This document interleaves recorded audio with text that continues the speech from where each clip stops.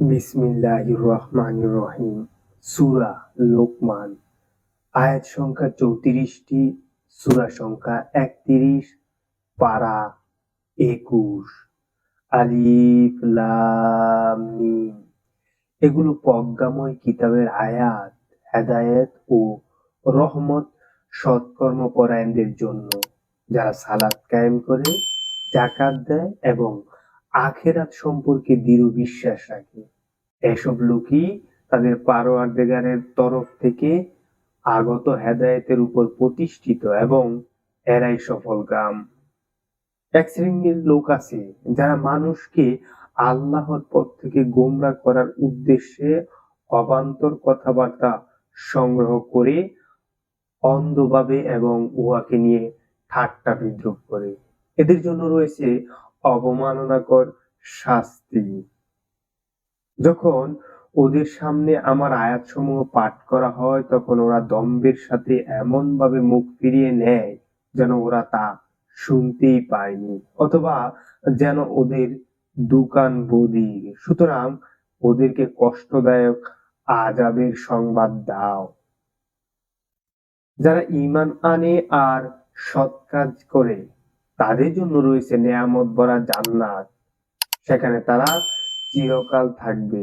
আল্লাহর ওয়াদা যথার্থ, তিনি পরাক্রমশালী ও প্রজ্ঞাময়। তিনি খুঁটি ব্যতীত আকাশমণ্ডলী সৃষ্টি করেছেন, তোমরা তা দেখছ।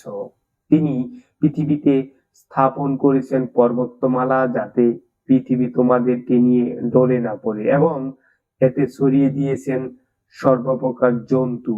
আমি আকাশ থেকে পানি বর্ষণ করেছি, অতঃপর তাতে উদ্গত করেছি সর্বপ্রকার কল্যাণকর উদ্ভিদরাজি। এটা আল্লাহর সৃষ্টি, অতঃপর তিনি ব্যতীত অন্যরা যা সৃষ্টি করেছে তা আমাকে দেখাও, বরং জালেমরা স্পষ্ট পথভ্রষ্টতায় পতিত আছে। আমি লোকমানকে প্রজ্ঞা দান করেছি এই মর্মে যে আল্লাহর প্রতি কৃতজ্ঞ হও।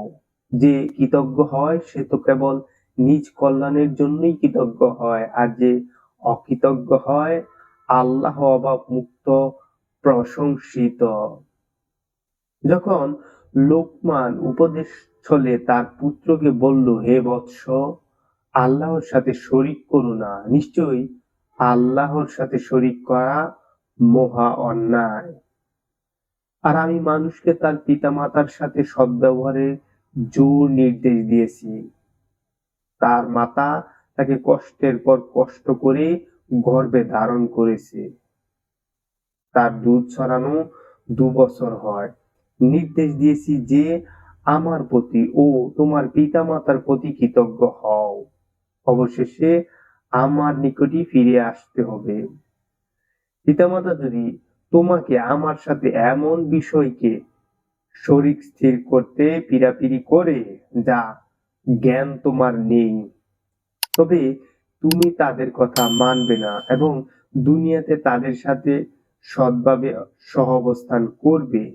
যে আমার অভিমুখী হয় তার পথ অনুসরণ করবে, অতঃপর তোমাদের প্রত্যাবর্তন আমারই দিকে, এবং তোমরা যা করতে আমি সেই বিষয়ে তোমাদেরকে জ্ঞাত করব। হে বৎস, কোন বস্তু যদি সরিষার দানা পরিমাণও হয়, অতঃপর তা যদি থাকে প্রস্তর গর্তে অথবা আকাশে অথবা ভূগর্ভে, তবে আল্লাহ তাও উপস্থিত করবেন। নিশ্চয়ই আল্লাহ গোপন বেদ জানেন, সবকিছুর খবর রাখেন। হে বৎস, নামাজ কায়েম করো, সৎ কাজে আদেশ দাও, মন্দ কাজে নিষেধ করো, এবং বিপদ আপদে সবর করো, নিশ্চয়ই এটা সাহসিকতার কাজ। অহংকার বশে তুমি মানুষকে অবজ্ঞা করো না এবং পৃথিবীতে গর্ব ভরে পদাচরণ করো না। নিশ্চয়ই আল্লাহ কোনো দাম্ভিক অহংকারকারীকে পছন্দ করেন না। পদচারণায় মধ্যবর্তিতা অবলম্বন করো এবং কণ্ঠস্বর নিচু করো, নিঃসন্দেহে গাধার স্বরই সর্বাপেক্ষা অতি প্রিয়। তোমরা কি দেখো না, আল্লাহ নবমণ্ডল ও ভূমণ্ডলে যাহা কিছু আছে সবই তোমাদের কাজে নিয়োজিত করে দিয়েছেন এবং তোমাদের প্রতি তার প্রকাশ্য ও অপ্রকাশ্য নিয়ামতসমূহ পরিপূর্ণ করে দিয়েছেন। এমন লোক আছে যারা জ্ঞান, পথনির্দেশ ও উজ্জ্বল কিতাব ছাড়াই আল্লাহ সম্পর্কে বাকবিতণ্ডা করে। তাদেরকে যখন বলা হয় আল্লাহ যা নাজিল করেছে তোমরা তার অনুসরণ করো, তখন তারা বলে বরং আমরা আমাদের পূর্বপুরুষদেরকে যে বিষয়ের উপর পেয়েছি তারই অনুসরণ করব। শয়তান যদি তোমাদেরকে জাহান্নামের শাস্তির দিকে দাওয়াত দেয় তবুও কি?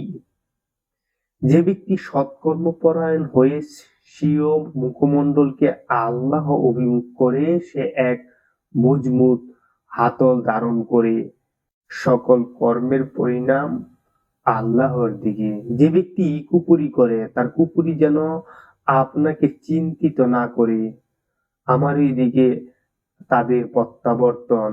অতঃপর আমি তাদের কর্ম সম্পর্কে তাদেরকে অবহিত করব। অন্তরে যা কিছু রয়েছে সে সম্পর্কে আল্লাহ সবিশেষ পরিজ্ঞাত।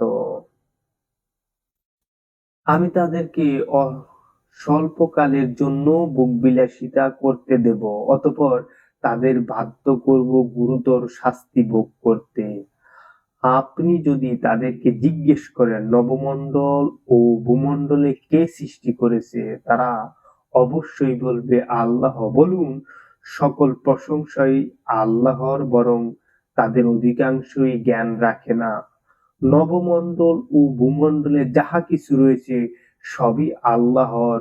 আল্লাহ অভাবমুক্ত, প্রশংসিত। পৃথিবীতে যত বৃক্ষ আছে সবই যদি কলম হয় এবং সমুদ্রের সাথেও 7 সমুদ্র যুক্ত হয়ে কালি হয়, তবুও তার বাক্যাবলী লিখে শেষ করা যাবে না। নিশ্চয়ই আল্লাহ পরাক্রমশালী, প্রজ্ঞাময়। তোমাদের সৃষ্টি ও পুনরুত্থান একটিমাত্র প্রাণীর সৃষ্টি ও পুনরুত্থানের সমান বই নয়। নিশ্চয়ই আল্লাহ সবকিছু শুনেন, সবকিছু দেখেন। তুমি কি দেখো না যে আল্লাহ রাত্রিকে দিবসে পরিবেষ্টি করেন এবং দিবসকে রাত্রিতে পরিবেষ্ট করেন। তিনি চন্দ্র ও সূর্যকে কাজে নিয়োজিত করেছেন, প্রত্যেকেই নির্দিষ্টকাল পর্যন্ত পরিক্রমণ করে।